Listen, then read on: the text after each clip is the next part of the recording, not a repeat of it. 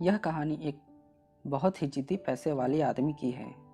वह आदमी बचपन से ही जब भी कोई चीज़ करने की ठान लेता तो उसके पीछे पड़ जाता और कभी भी हार नहीं मानता। इसी स्वभाव के चलते बचपन की उम्र तक आते आते उसने कई कंपनियां खोल दी और अब वह शहर का सबसे बड़ा उद्योगपति बन चुका था। उसकी कंपनियों में हजारों लोग काम करते थे। वह उद्योगपति एक दिन अपनी गाड़ी में सफ़र कर रहा था। ड्राइवर ने उस दिन गाड़ी में कोई गाना बजाने की बजाय एक सत्संग चला दिया। उस सत्संग में कोई धार्मिक गुरु प्रवचन दे रहे थे। वह कह रहे थे कि आप चाहे जितना हाथ पैर मार लो, आप चाहे कोई भी उपाय कर लो, आप दुनिया में जैसे आए थे वैसे ही दुनिया से विदाई लेंगे।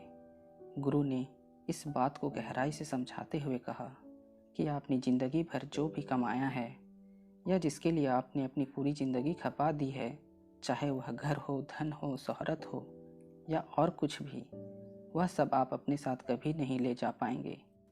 अपने स्वभाव के अनुसार व्यापारी इस धर्मगुरु के बोलने को एक चुनौती की तरह स्वीकार कर लेता है। व्यापारी ठान लेता है कि वह इस धर्मगुरु के शब्दों को गलत साबित कर देगा। वह कुछ ऐसा करेगा कि वह अपना कमाया हुआ धन मरने के बाद भी अपने साथ लेकर जाएगा।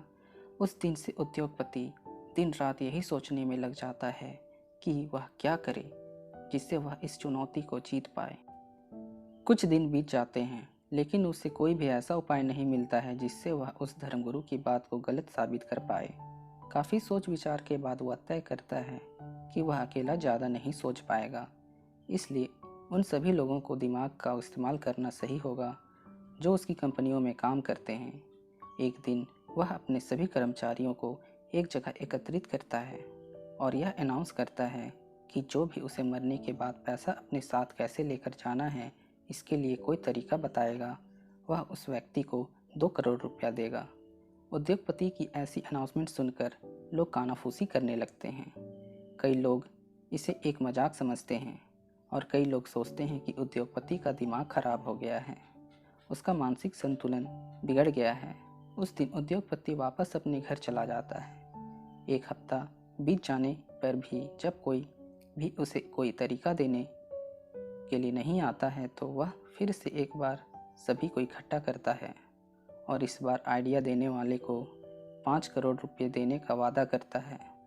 अब की बार यह बात उसके कर्मचारियों तक ही नहीं, पूरे शहर में फैल जाती है। अगले दिन एक अनजान आदमी उस उद्योगपति के घर पहुंच जाता है। वह कहता है कि मैं आपको वही तरीका देने वाला हूं जो आप चाहते हैं, लेकिन उसके लिए मेरे कुछ सवालों के जवाब आपको देने होंगे। उद्योगपति की आंखों में चमक आ जाती है। वह सोचता है कि आखिरकार मुझे कोई उपाय मिल ही जाएगा। उद्योगपति उस आदमी से कहता है, पूछो तुम्हें जो पूछना है। आदमी उद्योगपति से पूछता है कि क्या आप कभी अमेरिका गए हैं? उद्योगपति कहता है, हाँ, कई बार। आदमी पूछता है, आप वहाँ पर अपने पैसे कैसे लेकर जाते हैं? उद्योगपति कहता है, मैं एयरपोर्ट पर जाकर उन्हें अमेरिका में चलने वाले डॉलर के साथ बदलवा देता हूँ। आदमी उद्योगपति से एक के बाद एक कई देशों के नाम बताकर यही सवाल करता है और उद्योगपति उसे हर बार जवाब देता है कि वह उस देश की करेंसी को एयरपोर्ट पर एक्सचेंज करवा लेता है ताकि वहां जाकर वह उन पैसों को अपने हिसाब से खर्च कर पाए। बार बार एक ही तरह का सवाल सुनकर उद्योगपति चिढ़ जाता है और वह उस आदमी से कहता है कि तुम ऐसी बेवकूफ़ों जैसी बातें क्यों कर रहे हो? सीधे सीधे मुझे उपाय बताओ कि मैं कैसे अपने सारे पैसे मरने के बाद भी अपने साथ ले जा पाऊँ।